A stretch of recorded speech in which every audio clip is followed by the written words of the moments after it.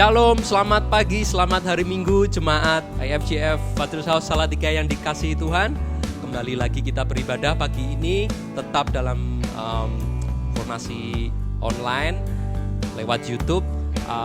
Kita tetap harus menjaga hari-hari ini selama pandemi ini, dan saya tetap mengingatkan Bapak Ibu Saudara untuk tetap melakukan 4M. Masih ingat? Pertama, memakai masker. Harus, manapun Anda pergi, harus memakai masker. Mencuci tangan, menggunakan sabun tentunya, menjaga jarak dan menghindari kerumunan. Apalagi sekarang lagi musim pesta, Bapak Ibu Saudara harus tetap menjaga kerumunan dan harus tetap memakai masker kemanapun. Dan juga yang keempat, mengkonsumsi makanan-makanan yang bergizi dan seimbang, dan juga jangan lupa tetap berolahraga.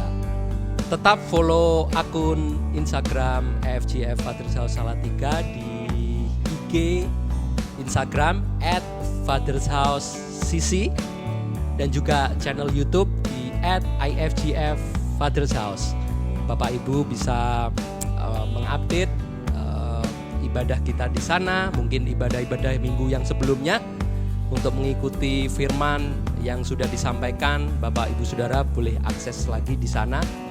Dan bagi Bapak Ibu Saudara yang ingin didoakan oleh pastor kita, Pastor Samuel Saputra, bisa ditulis di kolom komentar atau menghubungi nomor WhatsApp Pastor Sam secara langsung di bawah ini. Juga bisa follow Instagramnya dan YouTube dari Pastor Samuel Saputra. Bapak Ibu bisa mengikuti sharing dari Pastor Sam yang dibagikan setiap hari atau setiap minggunya. Untuk Bapak Ibu Saudara yang ingin memberikan persembahan dan ingin mendukung pelayanan Gereja Tuhan di tempat ini, bisa memberikan persembahan lewat QR code di bawah ini, atau menghubungi bendahara secara langsung, bisa dilihat di tulisan di bawah ini. Oke, demikian pengumuman dari saya untuk minggu ini. Kita akan sebentar lagi beribadah bersama-sama. Sebelumnya mari kita siapkan hati kita, pikiran kita untuk bersama-sama menyembah Tuhan dan memuji dan meninggikan nama Tuhan. Selamat beribadah dan selamat hari Minggu. Tuhan Yesus memberkati. Mari jemaat, kita mau satukan hati kita mau memuji Dia di atas segala nama. Yuk kita berdoa dulu yuk sebelum kita mulai ya. Bapa, hari ini kami datang ke hadirat-Mu Tuhan. Kami mau bersyukur bahwa penyertaan-Mu sungguh sempurna bagi setiap kami Tuhan. Hari demi hari kami lalui, tapi satu hal yang tidak pernah berubah, kasih-Mu atas kami terus ada. Engkau tidak pernah meninggalkan kami. Kami percaya Tuhan bahwa Engkau adalah gunung batu kami. Engkau adalah kekuatan kami. Engkau yang memampukan kami berjalan dari hari demi hari dengan satu keyakinan bahwa Engkau, tangan-Mu tidak pernah melepaskan kami. Oleh karena itu Tuhan, hari ini kami mau muji nama-Mu, kami mau memuliakan nama-Mu, kami mau deklarasikan kasih-Mu atas hidup kami. Terima kasih Tuhan, terima kasih. Tolong berkati ibadah ini dari awal, pertengahan hingga akhirnya. Mari kita semua yang percaya di rumahmu masing-masing katakan amin. Shalom Bapak Ibu, luar biasa ya. Satu minggu sudah tidak terasa kita sudah lalui, dan kami percaya bahwa penyertaan Tuhan atas Bapak Ibu semua, atas adik-adik semua itu ya dan amin. Gak pernah Dia meninggalkan kita. Oleh karena itu hari ini kita mau deklarasikan, kita mau nyatakan bahwa Tuhan adalah kekuatan kita, amin. Amin. Kita mau nyatakan bahwa Dia adalah gunung batu kita, keselamatan kita, dan hanya kepada Dia kita mau percaya, amin.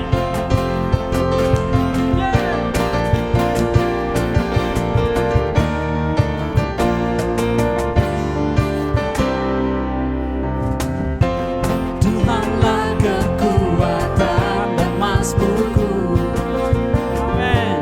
Dia gunung batu dan keselamatanku, hanya padamu, yes Lord, ku percaya. Kaulah menang.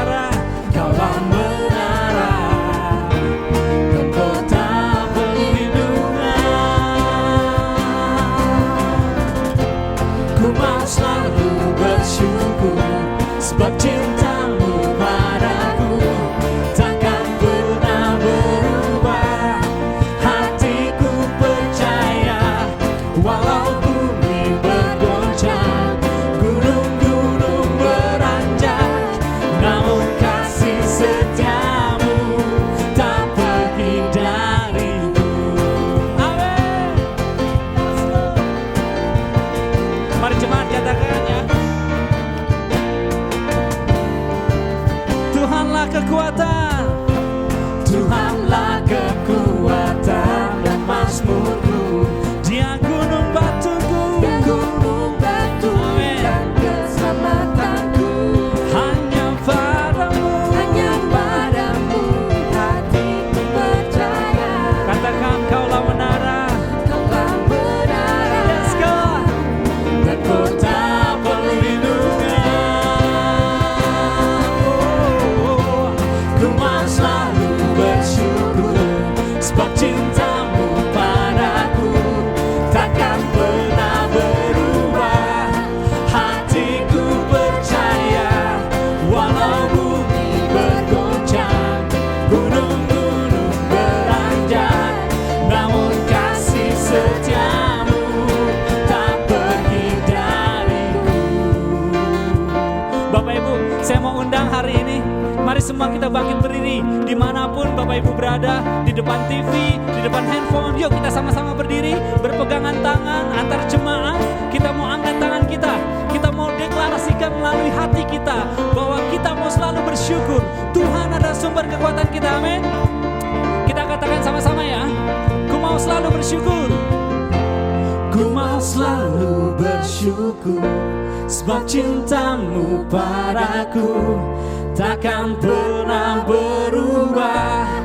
Hatiku percaya walau bumi, amin, gunung-gunung beranjak, namun kasih setiamu tak pergi dariku. Ku mau selalu bersyukur sebab cintamu padaku takkan pernah berubah. Hatiku percaya walau bumi bergoncang, gunung-gunung beranjak, namun kasih setiamu. Ku mau selalu bersyukur, ku mau selalu bersyukur sebab cintamu padaku takkan pernah berubah. Hatiku percaya walau bumi bergoncang, gunung-gunung beranjak, namun kasih setiamu tak pergi dariku. Kasih setiamu tak pergi dariku. Kasih setiamu tak pergi dariku. Yeah.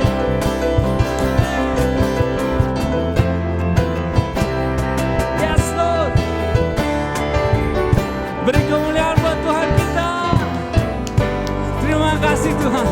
Terima kasih Tuhan bahwa hari ini kami boleh dikuatkan. Engkau adalah sumber kekuatan kami. Terima kasih Yesus.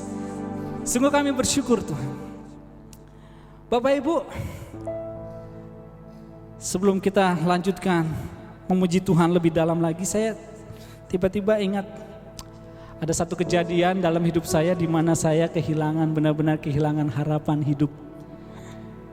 Jadi saat itu saya tinggal di satu pulau yang sangat terpencil yang tidak bisa kemana-mana, dan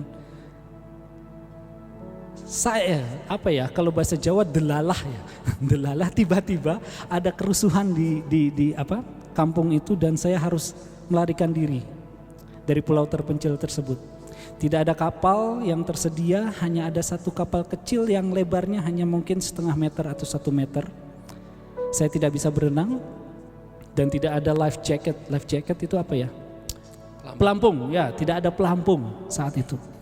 Kondisi tidak ada pelampung, tidak bisa berenang, Dan saya harus melalui satu daerah namanya Batu Tiga, yang mana secara literally kita bisa lihat itu seperti arung jeram di sungai, di lautan lepas. Saat itu yang terjadi pada saya bersyukur saya bisa keluar dari kampung itu dan selamat. Tetapi di tengah di satu daerah yang sangat ekstrim ini, yang terjadi adalah mesin kapal yang kami tumpangi mati. Saat itu cuma ada saya, nahkoda dan kru. Dan kami terputar-putar, terbawa ke laut lepas. Satu yang saat itu saya pikirkan, okay God, this is it. Mungkin ini akhir perjalanan hidup saya. Nggak ada lagi yang bisa saya andalkan kecuali Tuhan saat itu. Kapal kami terombang-ambing dan terbawa ke laut lepas, di mana pulau semakin jauh dan tidak terlihat begitu. Ketika kami terombang-ambing, saya ingat bahwa ada satu kekuatan yang supranatural di atas segalanya, yang mampu mengalahkan arus yang membawa kami itu. Saya bilang ke hati saya, be still, tetap tenang,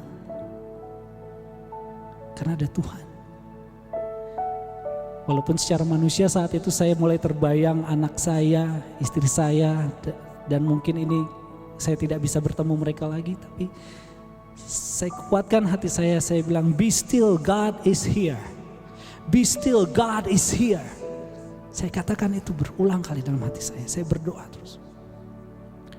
Puji Tuhan Bapak Ibu. Lambat laun sang nahkoda berhasil memperbaiki mesinnya. Dia di bawah, saya tidak tahu melakukan apa. Dan kami berhasil. Bukan kami berhasil, saya ralat. Tuhan menyelamatkan kami. Tuhan menyelamatkan kami dan akhirnya saya bisa sampai di darat. Saya percaya saya percaya Bapak Ibu bahwa mungkin Bapak Ibu pernah ada di situasi yang mirip dengan saya, mungkin tidak sama. Tetapi situasinya mirip, bahwa tidak ada lagi harapan, tidak ada lagi kekuatan. Mungkin kasusnya berbeda. Mungkin masalah sakit penyakit. Mungkin masalah keuangan. Mungkin masalah antar suami istri. Seakan gak ada lagi kekuatan. Tapi hari ini saya ingin menyatakan kepada Bapak Ibu, ada Tuhan. Ada Tuhan yang mampu menjadi sumber kekuatan Bapak Ibu.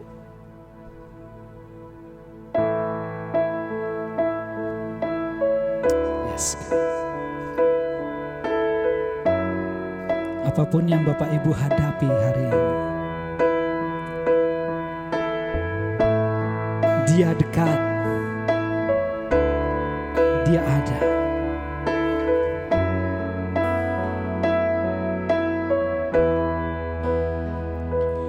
Be still, there is a healer. His love is deeper than the sea.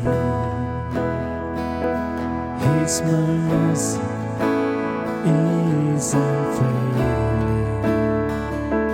His arm, a fortress for the weak. Let fate arise.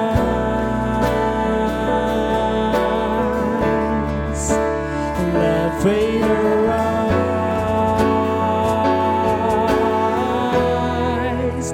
I leave my hand to believe again. You are my refuge, you are my strength. As I pour out my heart, these things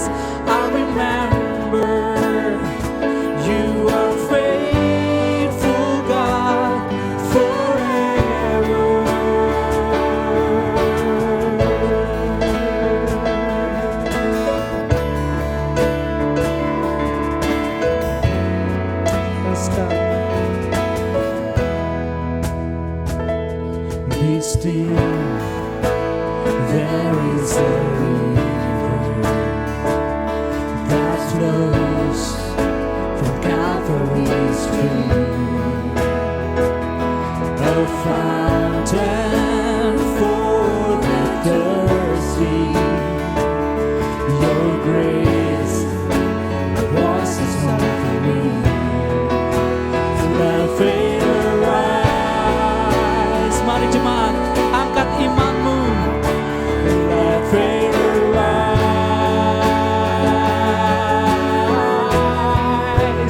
I lift my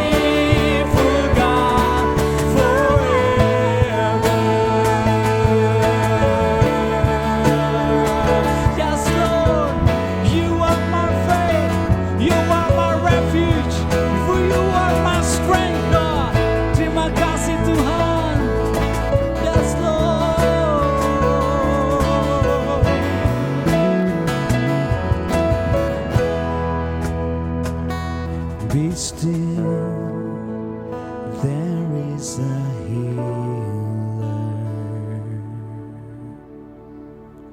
Terima kasih Tuhan. Terima kasih saat ini kami boleh diingatkan kembali bahwa Engkau adalah penyembuh kami. Bahwa Engkau adalah sungai sukacita kami yang gak pernah kering. Thank you God. Kami mau pegang tanganmu erat dan gak pernah melepaskan. Karena kami tahu hanya Engkau yang mampu melalukan ini semua. Dan kami aman berjalan bersama. Saat ini kami ingin mendengar firman-Mu Tuhan. Buka hati kami.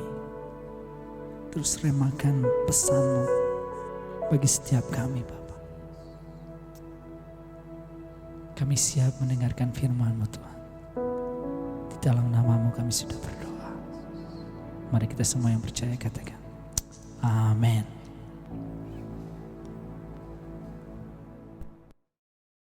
Shalom, Happy Sunday, Jemaat IFGF Father House Salatiga. Terima kasih untuk kesempatan kami bisa melayani dalam ibadah online pada hari ini. Dan nama saya Dudung Hadi, kami dari pelayanan Elijah Movement Bandung. Dan saya tidak sendirian, saya ditemani oleh teman-teman dari Bandung. Ada Brother Nico, Halo. ada Brother Sandi, Halo. ada Brother Diki. Hai. Nah, kami semua adalah elders penatua dari pelayanan Elijah Movement. Nah, senang sekali bisa melayani di dalam ibadah online hari ini. Saat ini kita akan bahas bicara soal iman, faith factor. Yes. Di mana setiap orang percaya itu harus bertumbuh dari iman kepada iman. Dan kita bukan hanya hidup oleh iman, tapi kita juga mempercayakan hidup kita sepenuhnya sama Tuhan. Nah, sebelum kita sharing, saya membacakan dulu satu ayat dalam Roma 1 ayat yang ke-17. Sebab di dalamnya nyata kebenaran Allah yang bertolak dari iman memimpin kepada iman, seperti ada tertulis, orang benar akan hidup oleh iman. Nah, kali ini kita akan sharing, kita akan bahas sama-sama bagaimana sih kehidupan iman itu mempengaruhi kehidupan kita sehari-hari. Ya, nah mungkin kita siapa dulu ini yang mau sharing bicara soal pengalaman apa sih yang dialami sehingga kehidupan ini ketika ada iman dan terjadi sebuah lompatan-lompatan, terobosan-terobosan yang ada dalam kehidupan kita masing-masing. Yes. Ya, mungkin bisa dimulai dari Bro Diki. Baik. Hidup orang benar itu oleh karena iman kan tadi. Yes. Ya. Jadi menurut saya orang benar itu memang sudah dilengkapi dengan iman. Jadi iman bukan milik orang yang tidak benar. Itu udah jelas sekali firman Tuhan itu. Orang benar hidup oleh iman. Jadi porsi iman itu sepertinya berlaku hanya untuk orang benar. Dan memang saya yakinkan menurut pengalaman saya begitu. Selama kita tidak benar, sebetulnya kita sedang tidak beriman, tapi kita sedang nekat menurut saya. Karena di dalam iman ada unsur nekat loh. Tapi jangan salah paham dulu. Jadi iman sama nekat itu beda tipis.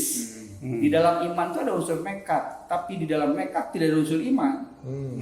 Nah, ini menarik sekali. Makanya kalau kita ingin mengalami iman di dalam Tuhan, memang basicnya harus hidup dalam kebenaran. Hidup dalam kebenaran, kemudian ya percaya saja kepada Yesus atau kepada memang firman Tuhan yang diperkatakan.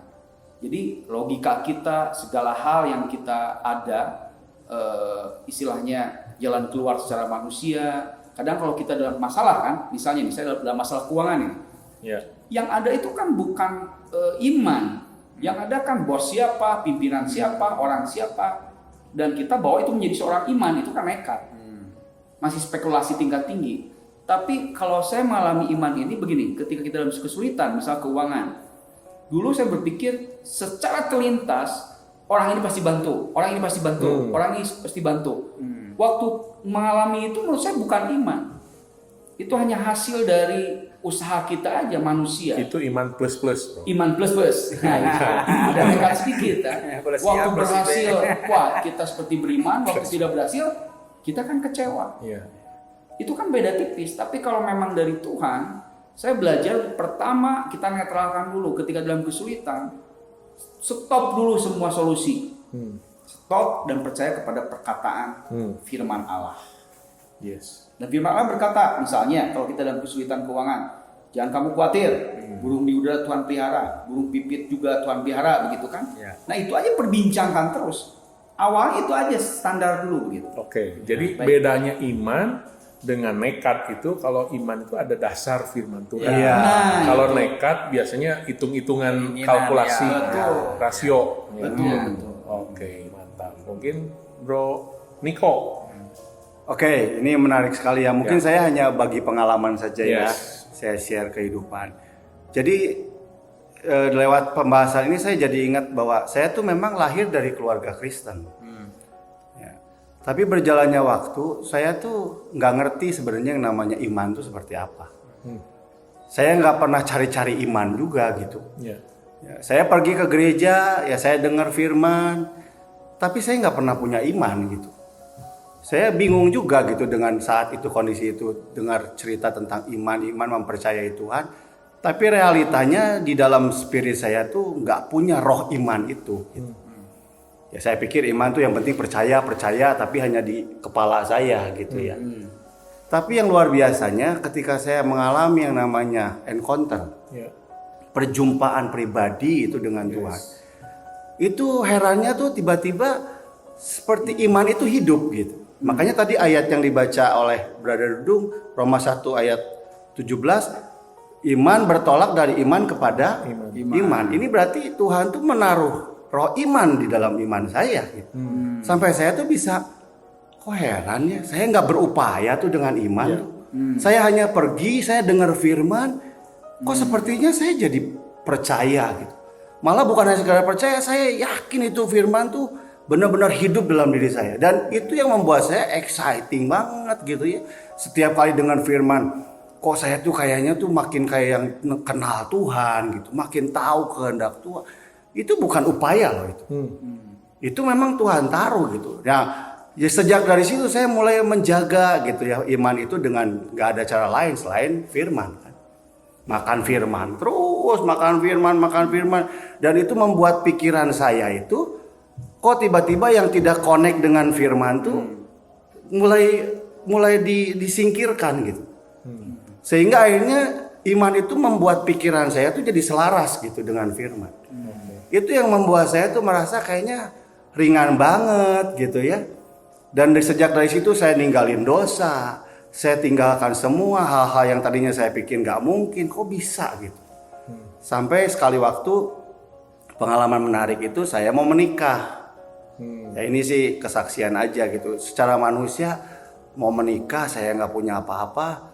Calon istri saya, mertuanya juga, mamahnya juga bilang, kamu kalau nikah apalagi sama hamba Tuhan yang nggak jelas gitu ya, kesannya dari mana, seperti apa, nanti mau makan apa. Itu perkataan-perkataan gitu kok kayaknya di dalam roh saya nggak nyambung saya. Itu heran dari mana gitu. Kenapa kita kok nggak percaya sama Tuhan? Itu kok kayaknya exciting banget gitu. Saya tuh pengen buktiin bahwa Tuhan saya tuh luar biasa. Itu nggak ngerti gitu, punya hal seperti itu. Sampai untungnya calon istri saya juga dia orang yang sudah ngalami Tuhan. Singkat cerita, kita memutuskan menikah tanpa punya apapun.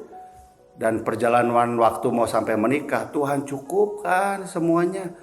Sampai terakhir sebelum menikah, istri saya mimpi kita dapat sejumlah uang. Dan setelah kita selesai menikah, jumlah uang itu seperti dalam mimpi. Ya. Wow. Percis angkanya. Pengalaman imannya. Nah, itu yang membuat saya tuh sampai sekarang menghadapi tantangan masalah yang begitu berat itu jadi fondasi yang tidak bisa tergoyahkan gitu. Karena memang punya pengalaman iman gitu. Oke, jadi perjalanan iman yang memimpin dari iman yang satu kepada iman yang berikutnya itu memang dimulai dari encounter dengan Tuhan.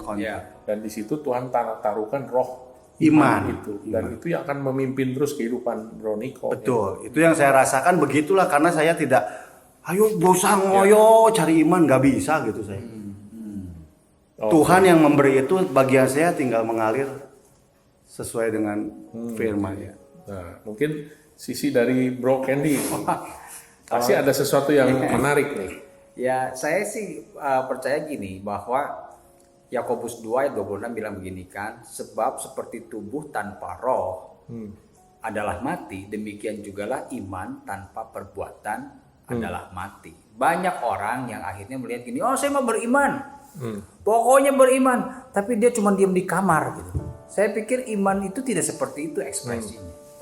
Iman itu harus diekspresikan dengan tindakan. Gitu. Iman itu nggak bisa seolah-olah kita melihat bagaimana Tuhan melakukan sesuatu, menurunkan semua kebutuhan kita dari langit tiba-tiba datang, nggak begitu caranya. Iman itu harus disertai dengan perbuatan. Tapi perbuatan itu didrive oleh apa? Sama janji Tuhan. Gitu. Seringkali ya kita ngelihat bahwa orang banyak berbuat, tapi yang mendrive-nya adalah kekuatannya dia, ambisinya dia, keinginannya dia banyak, akhirnya bisa mencapai apa yang dimimpikan. Banyak orang juga bisa menulis mimpinya punya apa, bisa terwujud juga gitu. Tapi kan itu belum bisa menggambarkan iman yang seperti firman Tuhan katakan. Karena iman itu menselaraskan kehidupan kita dengan kehendak Tuhan. Gitu. Bukan dengan kehendak kita. Perbuatan kita harus didrive oleh apa? Apa yang menjadi kehendak Tuhan. Untuk mewujudkan kehendak Tuhan itu nyata dalam diri kita, maka kita perlu iman. Karena kadangkala ya Tuhan itu memberikan sebuah janji yang melampaui kekuatan kita, melampaui kemampuan kita. Karena sebenarnya kalau sesuatu itu bisa dikerjakan atau bisa dicapai dengan kemampuan kita, itu nggak perlu iman. Gitu. Ada kalanya Tuhan memberikan janji yang sepertinya mustahil menurut kekuatan kita. Tapi saat itulah kita akan berkata bahwa hanya karena imanlah kita bisa mencapai apa yang Tuhan janjikan. Penting buat setiap kita bahwa orang-orang yang mengaku dirinya beriman, gitu ya, seringkali nggak disertai dengan perbuatan yang nyata. Gitu. Perlu juga iman, perlu mendengar dari firman, tapi actionnya juga perlu. Sama seperti Petrus. Kalau dia pengen tahu bahwa Yesus itu Tuhan, pada saat dia berjalan minta jalan di atas, dia harus jalan di atas air. Karena itu menunjukkan bahwa Yesus, apa yang Yesus katakan itu benar gitu. Dan akhirnya jalan, walaupun menurut akal manusia jalan di atas air itu nggak mungkin. Tapi perlu berbuat. Gimana caranya Petrus bisa membuktikan bahwa Yesus itu berkata benar kalau dia nggak melakukan sesuatu? Ya akhirnya perlu perbuatan. Saya pikir memang banyak hal yang dalam hidup kita ngalamin janji Tuhan yang luar biasa itu terwujud ketika kita mulai melangkah dalam segala hal ketidakmengertian kita mungkin dalam segala kayaknya nggak sanggup gitu, tapi karena kita mulai belajar melangkah. Dan satu hal yang kita perlu sadari gini, ketika Tuhan meminta kita untuk melangkah dalam iman, Tuhan kadang-kadang membukakan agendanya nggak dari A sampai Z langsung. Tuhan hanya pengen kita belajar setahap. Langkah dulu masuk tuh A tuh, udah langkah K baru tunjukin yang B, udah yang B langsung C. Nah itu tuh tahapan langkah-langkah yang step by step yang mending kita perlu sadari dalam bagaimana mempraktekkan iman dalam kehidupan kita. Mungkin saya tambahin sedikit. Boleh. Ini soal tindakan iman tadi ya. Jadi kenapa pertanyaannya begini? Kenapa orang tidak pernah mengalami imannya tuh bekerja gitu? Padahal mungkin dia pikir saya sudah beriman. Menganggapnya begitu. Tapi kok dia nggak pernah melihat pekerjaan iman. Padahal kalau iman itu kan pasti akan menghasilkan. Gitu. Nah, saya menemukan begini, ternyata memang ada salah sasaran. Jadi iman itu sebenarnya kalau mau lihat iman itu bekerja, iman itu sebenarnya harus diarahkannya kepada firman. Tapi banyak orang mengarahkan imannya kepada problemnya. Jadi kalau dia sedang sakit misalkan ya, atau dia punya masalah keuangan begitu, dia tuh hanya mengimani cepat sembuh, cepat uangnya pemulihannya beres. Mungkin di pikirannya dia caranya mesti begini, Jadi dia punya iman ke situ, tapi sebenarnya dia nggak nangkep kuasa firmannya untuk itu seperti apa. Ya itu yang nanti akhirnya bisa nggak beda jauh dengan yang tadi Om Diki bilang, ini hanya sekedar nekat aja gitu jadinya. Nah makanya kalau mau melihat firman itu bekerja, kita tuh lagi punya problem, harusnya dengar Tuhan mau apa. Bukan kita pengen nyelesain masalahnya aja gitu. Tapi dengar apa yang Tuhan mau.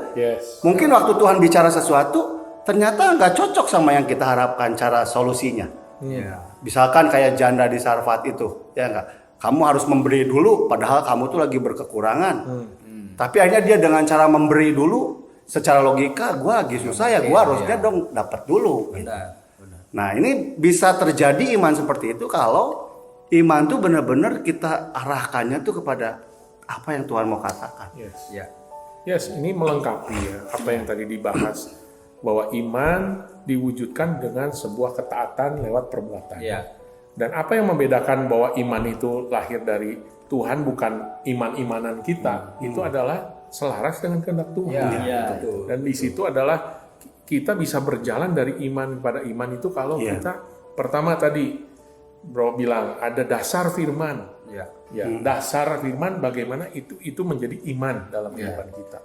Yang kedua, Bro bilang encounter-nya dengan Tuhan. Karena itu yang menentukan bahwa roh iman itu ada dalam kehidupan kita, Tuhan tanamkan gitu. Dan yang terakhir memang ketaatan itu penting sekali, bukan hanya percaya dan taat melakukan apa yang dia inginkan, tapi melakukan apa yang Tuhan inginkan. Wah, ini ketika kita melakukan itu, saya percaya faith factor itu akan bekerja dalam kehidupan kita, dalam perjalanan kita. Baik kita sebagai, mungkin kita ada sebagai pelajar, mahasiswa, baik kita sebagai profesional, karyawan, baik pengusaha, baik ibu rumah tangga, siapapun. Saya percaya bahwa faith factor itu akan menemani. Nah, kali ini saya akan bahas satu ayat di Ibrani 11 ayat yang pertama. Berkata demikian, iman adalah dasar dari segala sesuatu yang kita harapkan dan bukti dari segala sesuatu yang kita lihat.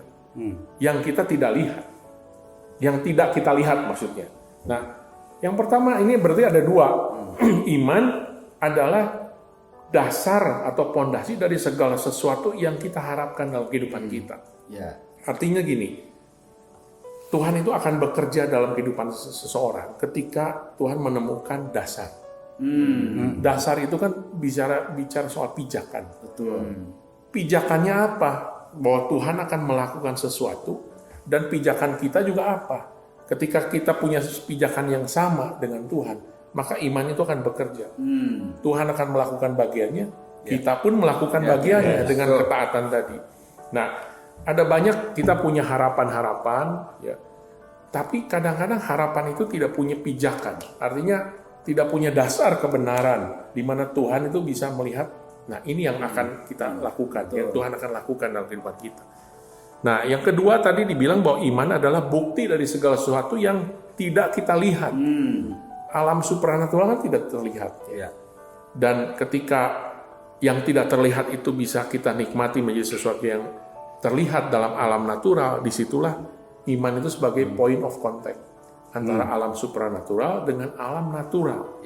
Iman sebagai kunci untuk membuka yang supranatural terjadi dalam alam natural.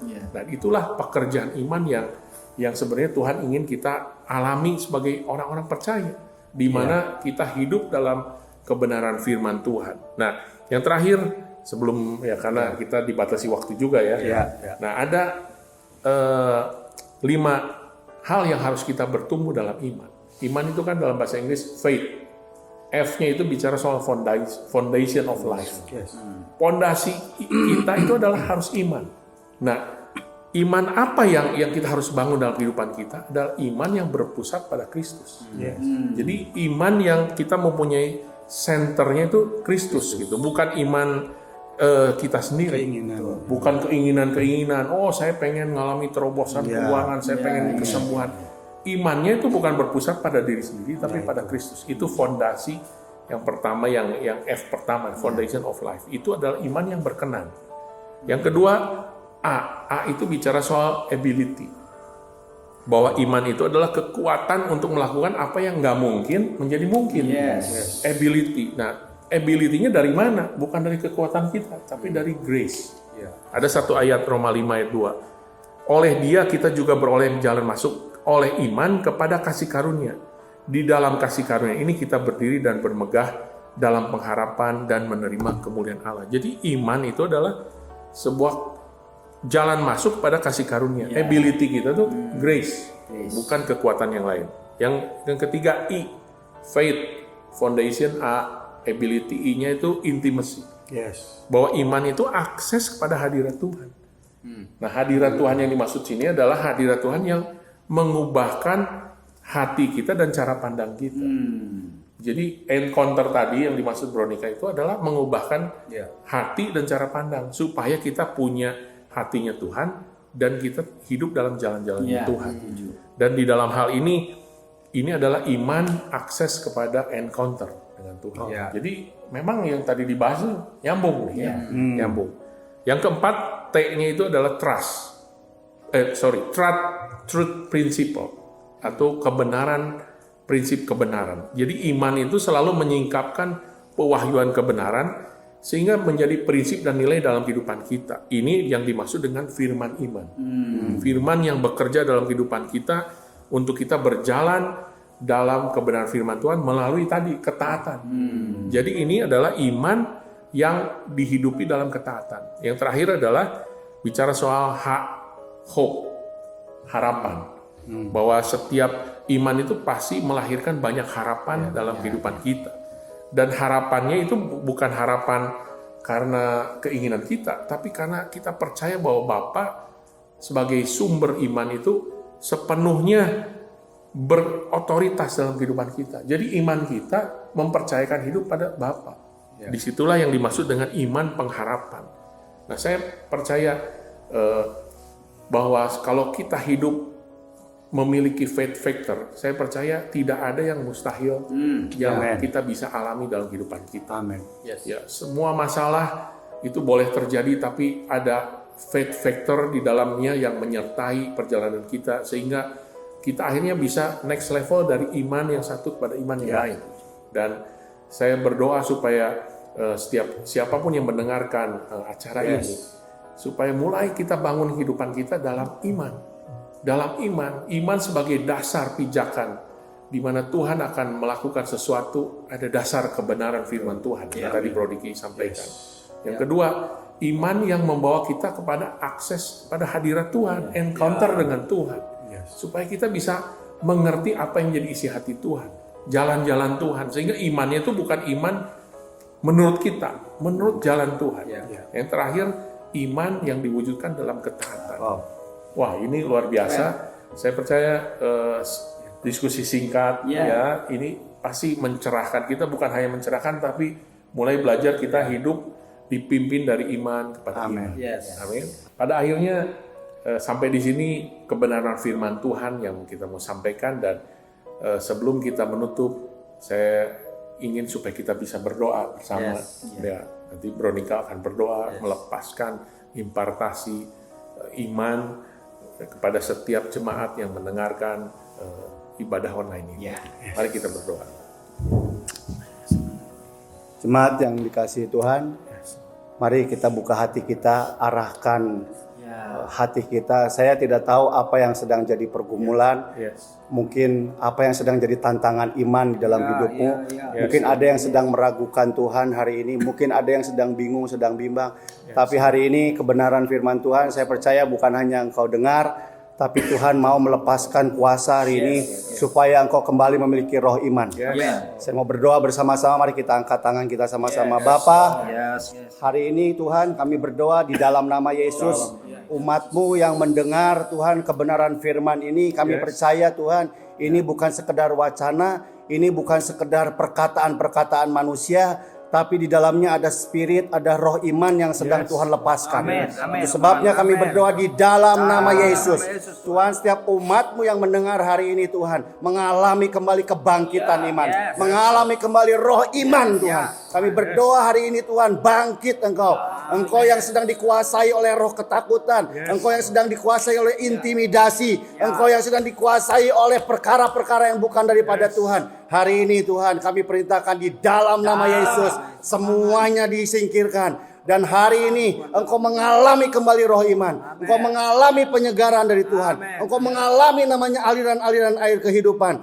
Dan mulai saat ini ke depan Engkau akan melihat firman mulai bekerja. Di dalam nama Yesus aku perkatakan firman akan bekerja dalam hidupmu, merubah segala perkara, merubah kehidupanmu, merubah pola hidupmu, merubah semua problemmu. Dan pada akhirnya lewat iman yang terbangun dalam hidupmu, Tuhan dipermuliakan. Banyak orang melihat Tuhan lewat hidup engkau.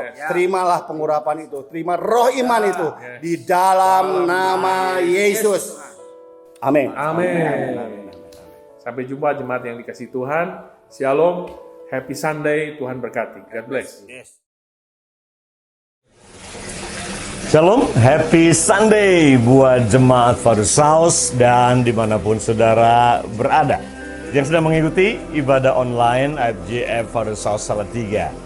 Pagi ini saya yakin saudara sudah sangat diberkati dengan pelayanan dari Elijah Ministry.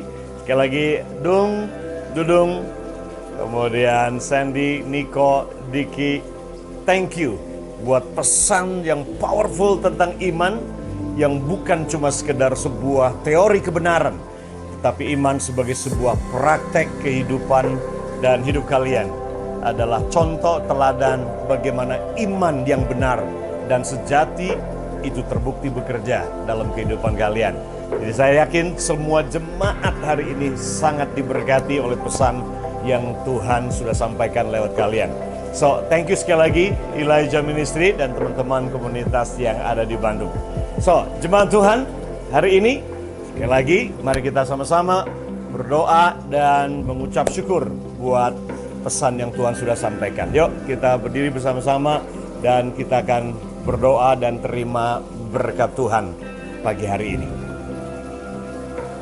Terimalah saat ini anugerah Bapa di surga, damai sejahtera dan kasih dari Tuhan Yesus, kuasa Roh Kudus dengan segala karunia melengkapi dan memakai hidupmu. Dan kuasa Roh Kudus mengurapimu untuk hari ini. Dan Tuhan berkata kepadamu, kesusahan sehari cukuplah untuk sehari. Karena tiap hari Tuhan menyiapkan berkat, Tuhan menyiapkan porsi anugerah, dan Tuhan menyiapkan kasih karunia secara khusus bagimu. Karena itu hari ini, terimalah dan aminkanlah seluruh berkat Tuhan ini buat kehidupan saudara dan keluarga saudara. Jika engkau sungguh-sungguh, kata Tuhan, mendengarkan suara Tuhan Allahmu, maka segala berkat ini akan turun ke atasmu. Diberkatilah keluargamu, diberkatilah anak-anakmu, diberkati buah kandunganmu, diberkati ternakmu, diberkati engkau di kota, diberkati engkau di ladang, dan semua yang kau sentuh dengan tanganmu diberkati oleh Tuhan. Tuhan Yesus memberkati dalam nama Tuhan Yesus. Amin. Happy Sunday sekali lagi jemaat. Sampai kita jumpa minggu depan, masih tetap dalam ibadah online bersama IFGF Father's House Salatiga. God bless you.